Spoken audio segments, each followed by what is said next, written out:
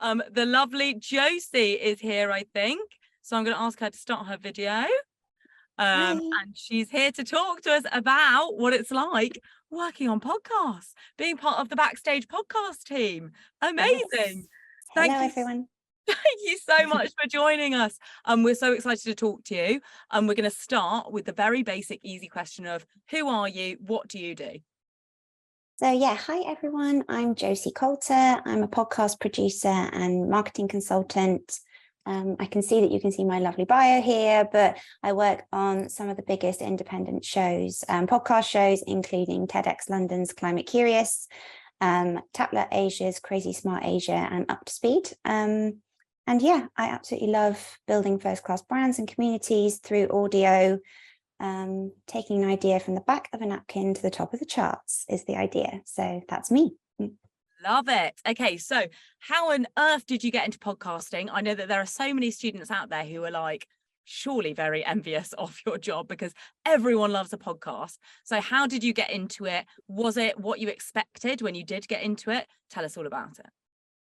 So I got into it from a bit of an adjacent role and adjacent skill, and then forced my way in, as I recommend everyone does. Just push your way in there. If you like something, just get stuck in. But I basically had been working in advertising at the start of my career, decided to go freelance, and then was doing kind of marketing freelance for various companies, one of which had a podcast. So I was marketing that podcast, trying to grow the show, trying to kind of grow the downloads. And then their producer went away on maternity leave. So I just put my hand up and said, oh, I know the show. I can do it. Give me a go. And they were like, brilliant. Like, we don't have to hire anyone else now. I was like, okay, win-win. And then, that was my first show. And then from there, they actually productized me within the company because they were like, oh, great. Well, you can produce that show. So we've now got other clients coming to us for shows. And then, it all grew from there. Oh my God, amazing. I mean, and all came from you just being like, I'll do it. Yeah. It just goes to show, guys, if you put your hand up and you volunteer to do it, you can just learn on the job, right? And just give it a go, see what happens. Mm-hmm. Fantastic. Okay, so talk to us about what happened, I guess, kind of once you were in, and then I guess from that point where you were like all of a sudden just producing the show through to where you are now, because you've worked on so many amazing productions, like you said. Yeah, so I think it all came down to kind of building my portfolio. There was all of the shows I've worked on, I've actually like concepted and created. So I kind of got in there with brands quite early that perhaps they were bigger organizations that weren't quite so agile or understanding new media, and they needed someone to kind of take them through it.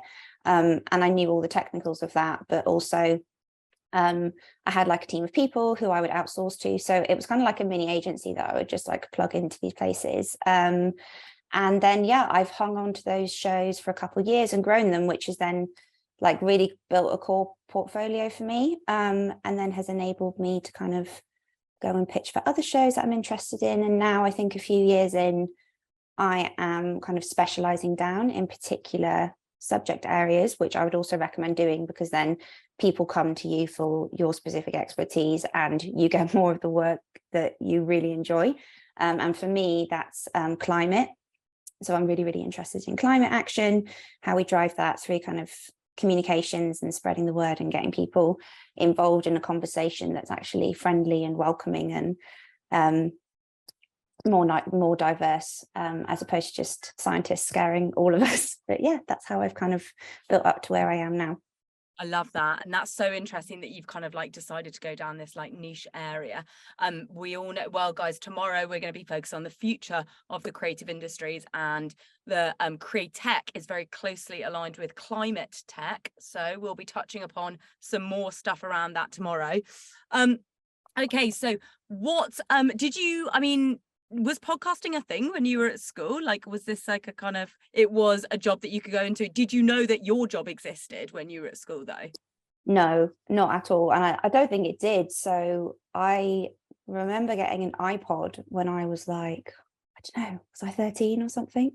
And that was like a big moment for me. And I remember the first album I downloaded was Destiny's Child, the one with, oh, I can't remember, but the one where it's got like, can you keep up, baby boy, gonna lose my breath, that song. Anyway, that song, that album, I think it's got T-shirt on it as well. Anyway, so that was kind of like when the podcast started, right, with the iPods. And then I'd been listening to them for absolutely years. I actually studied music and English literature, so looking back, it's like, oh, okay, well, yeah, those were the things I was interested in. And then those two things collided, so I was like, oh, well, I'm literally built for this job, but it didn't exist back then. So yeah, I'm really glad that I like pursued my interests and my passions in a way, because at school I always thought, first of all, I was like, oh, I'll be an actress. Then I was like, oh, I'll be a lawyer. And then I don't think I went through a phase of being like, oh, I'll be like a company director or like businesswoman, entrepreneur.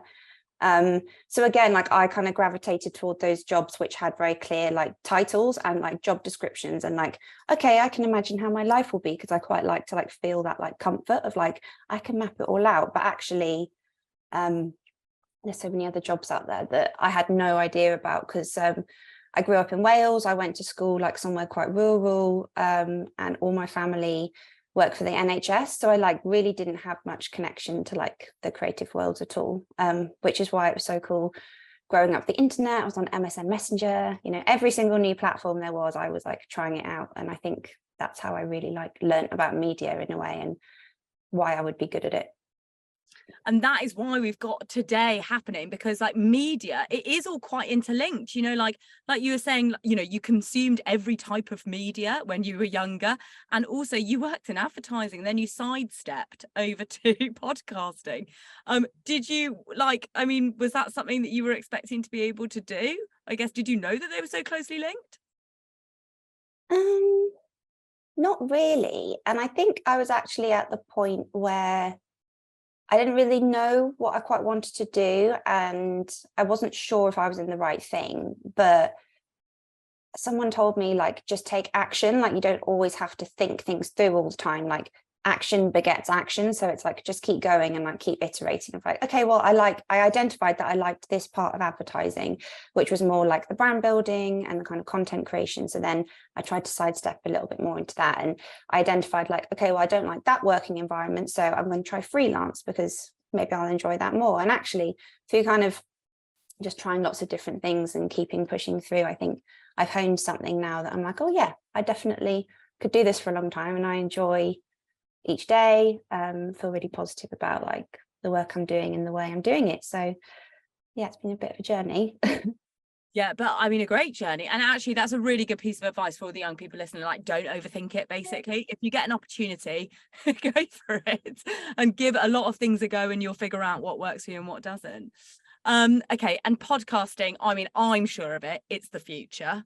I don't think we've hit podcasting peak yet. Is that something that you would agree with? Ooh, I like it.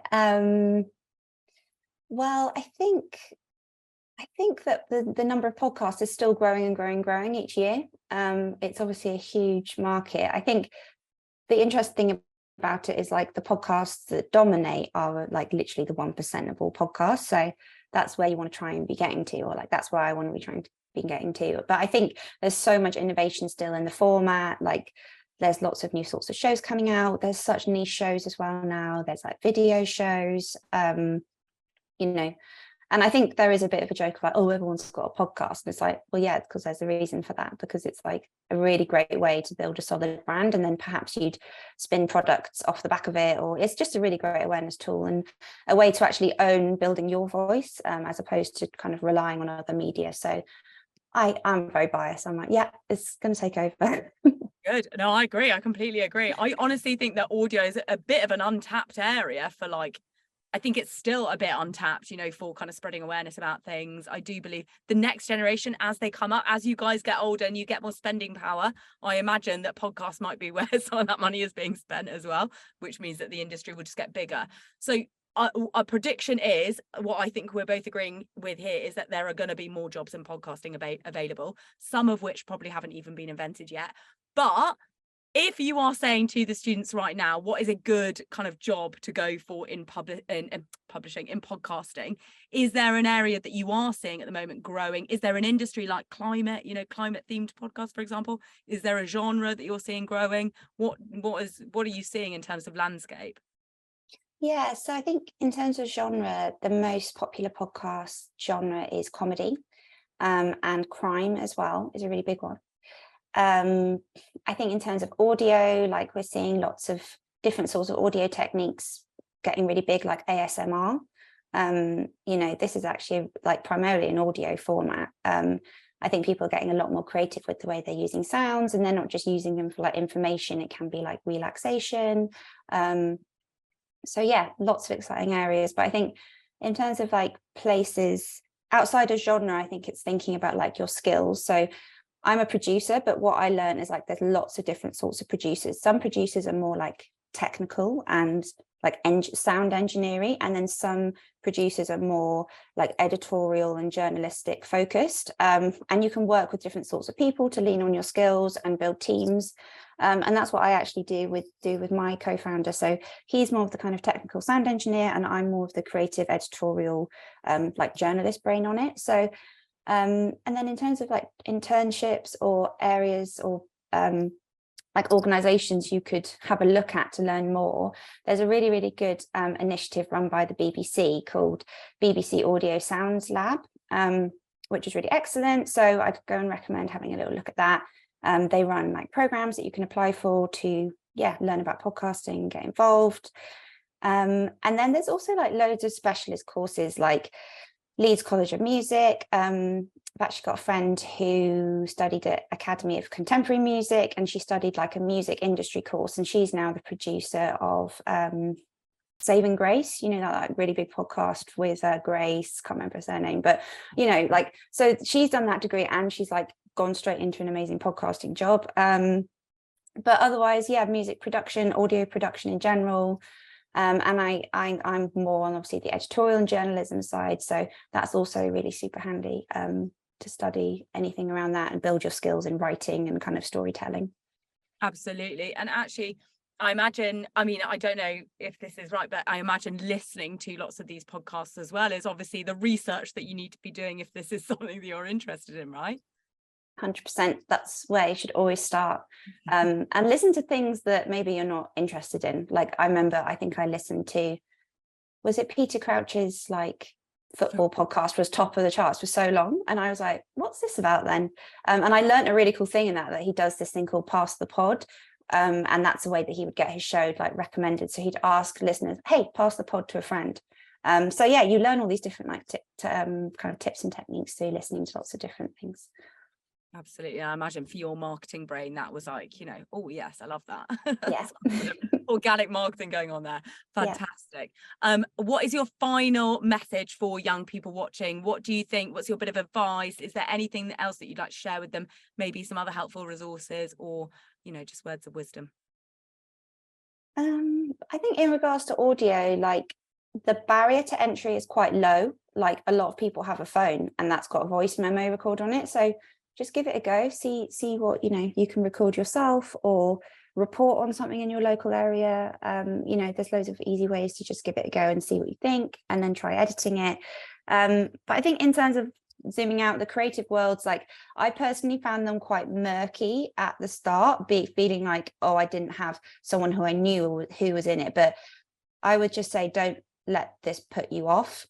Like back yourself. Your skills and ways of doing things are just as valid as anyone else's, and I think that's the thing about creativity. Like there's always new ways to do things, so why isn't yours the best? I love that. Absolutely. There's a bit of motivation for you all. Fantastic. Thank you so much, Josie. It's been fantastic having you here. What a great interview. What a great job you have. I'm very jealous. Sounds like a lot of fun. Thank you so much.